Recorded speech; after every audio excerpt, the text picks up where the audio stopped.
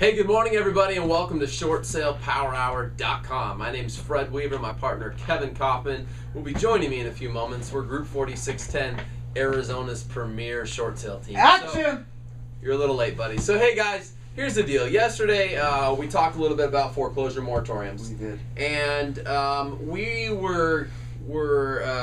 well, today we want to continue that conversation. Let's do that. Okay, so I'm going to be very careful how we go about this because the intention of this right here isn't to do anything but share some facts about what's really going on behind the scenes. We're going to educate people today. We're going to educate, okay? This is We're not strictly bashing on education. anybody. This is not a bashing session. There's a lot of banks out there that have been... Information sharing. Information sharing. There's a lot of banks out there that have been kind of caught in this place of looking at their foreclosure practices. Okay? Yeah, like they had to audit themselves, basically. Okay, so one of these large banks, one of their top-level executives, I'm going to say it that way. I won't name a title, just I'll say a top-level executive, came out last week, and this is just one of his statements. Again, the media grabbed this one statement. Okay. I'm telling you right now, there's more to the story. You can go read the articles online. We don't need to share all this, but one of the top-level executives made a statement that said, "There's almost no chance that we made a mistake." Now, let me first of all say, I don't know what the question was. I just know that that particular sentence... That was the quote that the reporter chose to put in picked out and put in the article and sent out there. Now, I personally think that that quote is in reference to there's almost no chance we made a mistake foreclosing on somebody we shouldn't have. Well, I don't believe that this individual was saying we didn't potentially make a mistake internally in our process. Well, you know what? Think about the It'd be a lot easier if we could just say people's names on the show. Think about the Think Big, Work Small video from a couple days ago. Yeah, they actually said, from Monday. Yeah, forget about it. If you really, no, not our video, like Think Big, Work Small. Our buddies. Think Big, Work Small, Daily.com. Frank and Brian. Where they actually talked about that subject and they said, you guys, who cares if they did make some mistakes? If you don't make your payments for a long period of time, and I know you're going to share a stat with us here in a second, when you miss a lot of payments in a row, your home's going to be foreclosed on. That's part of the deal. Yeah. Okay, so because citing where I get things or how I have things or where it came from or how many people gave it to me, it wouldn't do any good. I'm just going to read from something. Okay? I could have written this for all you know, but it's good information. Okay. All right. We have identified mistakes in how we handled the signatures and notarizations on some foreclosure affidavits and are providing all the necessary resources to correct them. Importantly, we don't believe that these matters have caused us to foreclose on borrowers incorrectly. Well, kind of what we just said. Right. To go to your point of the Think Big, Work Small guys, Frank and Brian, right? The average borrower is 448 days delinquent at foreclosure.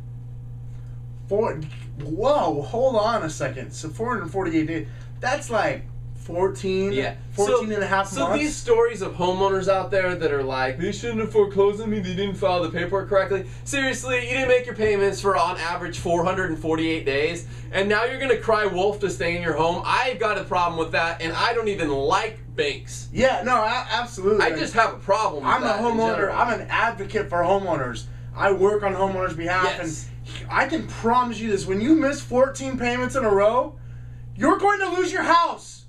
It's just how it works. Okay. That's part of the contractual option. So we've put new processes in place, et cetera, et cetera. In addition, we're talking directly to government officials and regulators, blah, blah, blah. During the last 2 years, we've really been at the forefront of helping homeowners. Okay? And we have helped 425,000 homeowners avoid foreclosure through mods, short sales, and other alternatives. Okay?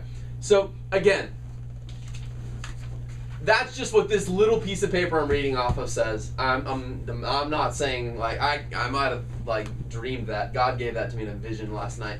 All I'm saying is I think it's interesting that 448 days is the average number of days delinquent. And I think it's interesting that 425,000 homeowners helped. But I also think it's interesting that...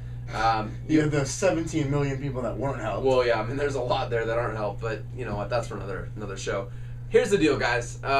Don't get too caught up in all the media hoopla. We're talking about it today to bring you real information. The deal is, hey, homeowners miss payments, you got to just understand it's coming. Now, I'm all for holding banks accountable. But I think there's other areas we could go and hold them more accountable than like looking at their foreclosure practices. I think attorney generals right now, every single one of them in all 50 states, just are looking for re-election. Well, yeah, I mean, and they're just looking for free publicity. It's basically their re-election campaign for all 50 attorney generals. Yeah, it was free publicity. Yeah, no, absolutely. Hey, re-elect me, I helped you. You know, helped you avoid foreclosure or whatever. The reality is you know what? A lot of the stuff we're gonna hear in the next few weeks is going to be politically enhanced, charged. Stay tuned in the media for more. Some of it's good, some of it's bad. I just think we need to slow down and realize both sides of the story here. And you know what? At the end of the day, like, just go out and close some short sales today. Yeah. Go help some homeowners. There's people out there that need help, and there's short sales that need to be done. And we just gave you some information that said you've got 447 days to go find the homeowner before their house goes to foreclosure on average. I mean, like, go lead generate today on the people that are, 447 days behind and catch them before they go to foreclosure. I got an idea. Lead generate on the people that are 7 days behind. But the point is that's a long period of time to go out there and find homeowners that need help. And the banks are not pulling the trigger and foreclosing on people as quickly as we all think. Now, that's a national stat, but at the end of the day, it's still pretty eye-opening. I think they get the picture. Let's wrap it up, man. I wish we could tell where we really got that information. 1, 2, 3. Short sale power hour! Short sale power hour! Crush it. Key.